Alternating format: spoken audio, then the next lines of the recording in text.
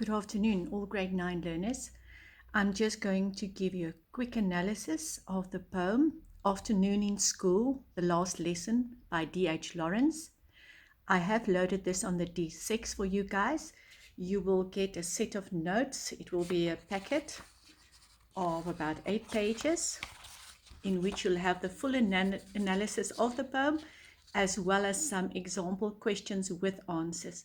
What I'm going to do now is, as you'll see on the lesson or on the instructions given, I requested that you rewrite the poem for yourself in your script at the end of the previous work, or you can print this page out. It's a second page of the documents that I've seen through, and you can paste it in. And then I would like you guys to make the necessary notes on the poem. When you are going through the analysis, take your pencil, take your color pencils. I've got a few here as well that I'll be using, and then you can just do the analysis on the poem. So let's start with the poem. This poem, The Last Lesson of the Afternoon by D.H. Lawrence. What is this poem about? The poem, The Last Lesson of the Afternoon, is about a teacher who is second-guessing his life's work as an instructor to various students. This teacher feels that his students are akin to a pack of unruly dogs. You can see there in line 3 that he is comparing them to a pack of unruly hounds.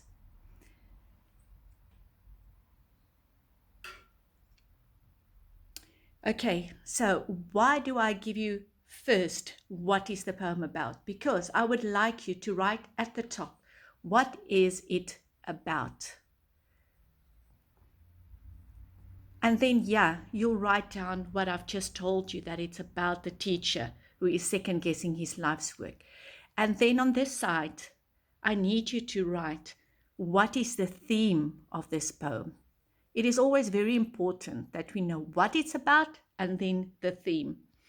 Now, in this case, the theme is about the end of a teacher's teaching career, and the frustration of the work has gotten to him. Okay, teacher's career. He is frustrated. And this poem is written through the eyes of the teacher. So you can just make short notes, written through the eyes of the teacher. But it gives us a very negative approach, not only from the side of the teacher, but also from that of the learners. Okay, so now you have an idea what it's about. So now I'm quickly going to read it to you guys so that you can hear the whole poem.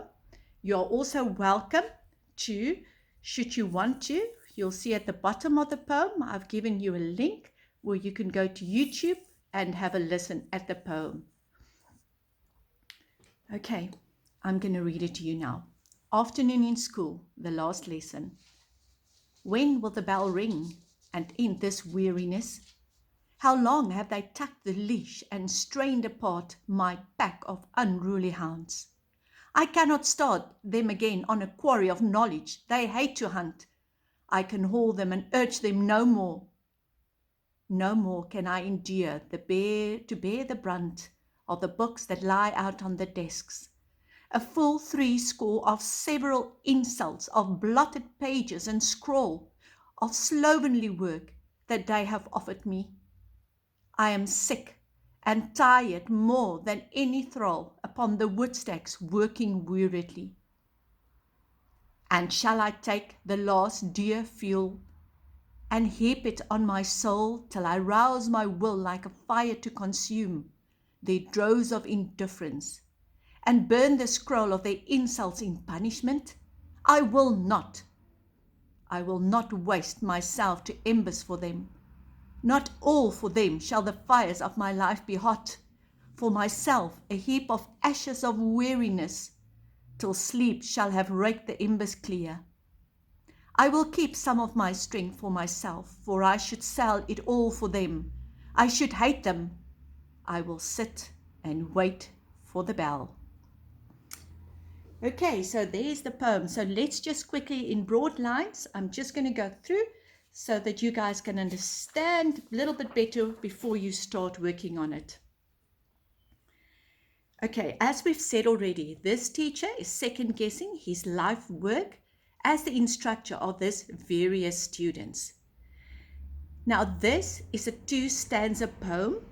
You've got the first part on top, and you will see in the analysis as well. We do that one separate, and then we get this second part.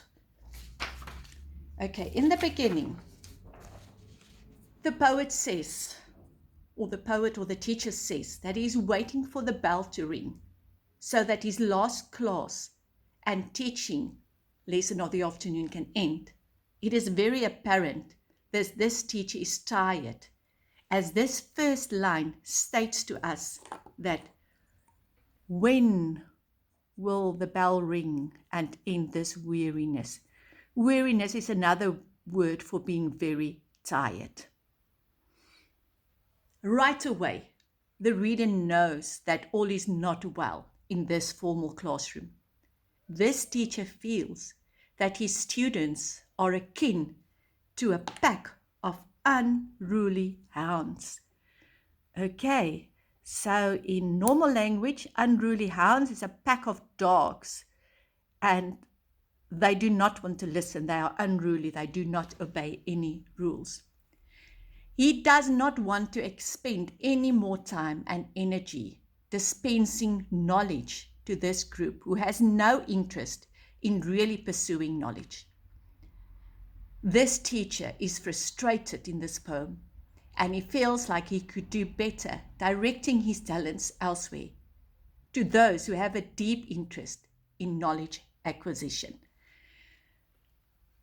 Okay, we can see that again. Then again, on a quarry of knowledge, they hate to hunt. So this is what he means by saying they are not looking for knowledge, and he's trying in vain to get them to learn something. He says he cannot teach them anymore. He cannot encourage them anymore to try and learn. Okay, there are indications in this poem that the teacher has been involved in teaching for many years. So if we look at these lines, then we go over to part 2. And shall I take my dear fuel and heap it, my last dear fuel, and heap it on my soul? So this tells us this teacher has been doing this for a long time. He doesn't have much left. So that is why we can say clearly that he is, or he has been doing this for a very long time. He is weary and says in so many words that he can no longer stand to look at school desks full of books. In addition, he can no longer stand the shoddy written papers that these students submit to him. This we will see a little bit later, a little bit earlier. There we can see the blotted pages, and he sees this bad work that they are giving to him as an insult. It is slovenly work. That means it's very bad work that they offer him, that they give to him. They do not take pride in doing their work. Furthermore, he now wonders, what is the point of all of this to him and to the students? So it is evident that years of toil in the classroom have taken their toll on this teacher. He believes that the students he teaches are indifferent. That means they're not interested, uninterested. He no longer wants to labor in trying to get them to be interested in what he teaches. And there we can see that very clearly. I will not waste myself. There we go. To embers for them. He does not want to do this anymore. Look at the exclamation mark there again. That emphasizes the fact that he does not want to continue doing this anymore. At this point in his life, with all his accumulated teaching experience, this teacher feels it's all for naught. He believes that all his efforts and those of his students ends up going down the scrap heap. Well, that is metaphorically speaking, and that it's all for nothing.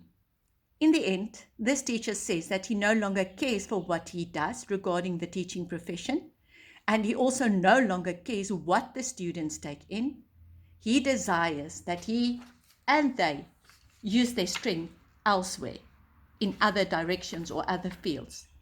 Therefore, he is just waiting for the afternoon bell to mercifully put an end to this boring and unproductive last lesson of the afternoon. So if we look at the bottom here, I will sit and wait for the bell. Here it becomes clear that this teacher is not going to do anymore. He's been too tired and he decided this is not worth his while. Okay, that's all I'm going to quickly do with you guys. The more detail you'll find in your notes. But at least you've got an understanding in the broader sense of what this poem is about. I hope the notes that I did, or the notes that I've spoken about, may have helped you on this, so you can do the analysis of this poem. Thank you guys. Have a great evening. Bye.